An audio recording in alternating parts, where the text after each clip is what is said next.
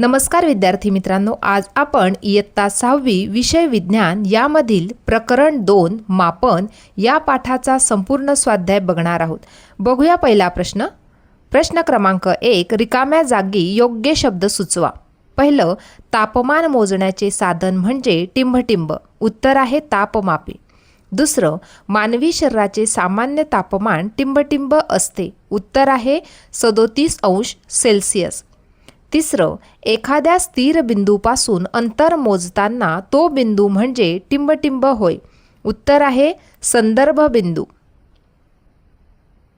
पुढची रिकामी जागा आहे 1 मीटर बरोबर टिंबटिंब सेंटीमीटर। उत्तर आहे 100 सेंटीमीटर। पुढची रिकामी जागा, तापमापीच्या काचेच्या फुग्यात रंगीत टिंबटिंब भरलेला असतो। उत्तर आहे अल्कोहोल। पुढची रिकामी जागा आहे तापमानाचे SI एकक टिंबटिंब आहे। उत्तर आहे केल्व्हिन।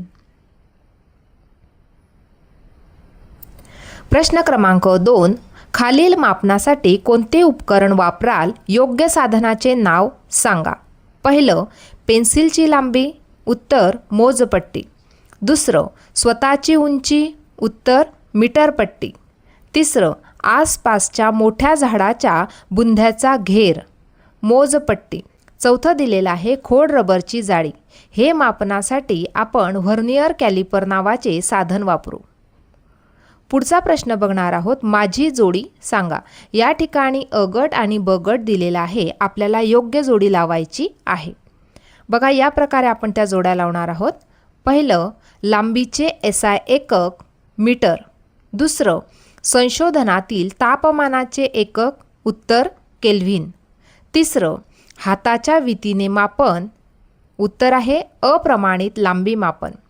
आणि चौथं, तापमापीतील लाल द्रव्य। उत्तर अल्कोहोल। पुढचा प्रश्न आहे, खालील विधाने सत्य की असत्य ते लिहा।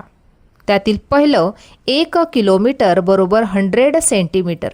हे विधान असत्य आहे। दुसरं, लांबी मापनासाठी मोजपट्टी व मीटर टेप या दोन साधनांचा वापर केल्यास टेबलाची लांबी वेगवेगळी येते। हे विधान असत्य आहे। पुढचं बघणार आहोत, डिजिटल तापमापी प्रयोगशाळेत उकळत्या पाण्याचे तापमान मोजण्यासाठी वापरतात। हे उत्तर असत्य आहे किंवा हे विधान असत्य आहे। पुढचं आहे, निरीक्षणातील दोषामुळे तापमान नोंदवताना चूक होऊ शकते। हे विधान सत्य आहे। पुढचं, केवळ स्पर्शाने वस्तूचे अचूक तापमान सांगता येते। हे विधान असत्य आहे। पुढचा प्रश्न आहे, खालील एककांची मोठ्यापासून लहान एककापर्यंत योग्य क्रमाने मांडणी करा। या ठिकाणी काही एकके दिलेली आहे। पहिलं एकक आहे 1 सेमी। दुसरं एकक आहे 1 किलोमीटर। तिसरं आहे 1 मिलीमीटर आणि चौथं आहे 1 मीटर। आता आपल्याला मोठ्यापासून लहानापर्यंत योग्य क्रमाने मांडणी करायची आहे। सर्वात मोठं माप आहे 1 किलोमीटर, त्यानंतर आहे 1 मीटर, त्यानंतर आहे 1 सेंटीमीटर आणि त्यानंतर आहे 1 मिलीमीटर। अशा प्रकारे त्यांची आपण मांडणी करू शकतो। पुढचा प्रश्न बघणार आहोत, कंपास पेटीमधील मोजपट्टीच्या सहाय्याने मोजता येईल अशी कमीत कमी लांबी किती? उत्तर आहे 1 मिलीमीटर किंवा 1 मिमी त्याला म्हणतात। पुढचा प्रश्न बघणार आहोत, खालील मापन करताना तुम्ही कोणते एकक वापरणार? त्यातील अ, पुस्तकाची लांबी। उत्तर सेंटीमीटर किंवा सेमी। दुसरं, किल्लीची जाडी। मिलीमीटर किंवा मिमी। तिसरं, नागपूर आणि मुंबई या शहरांमधील अंतर। एकक वापरणार आपण किलोमीटर किंवा किमी। चौथा आहे कापडाची लांबी।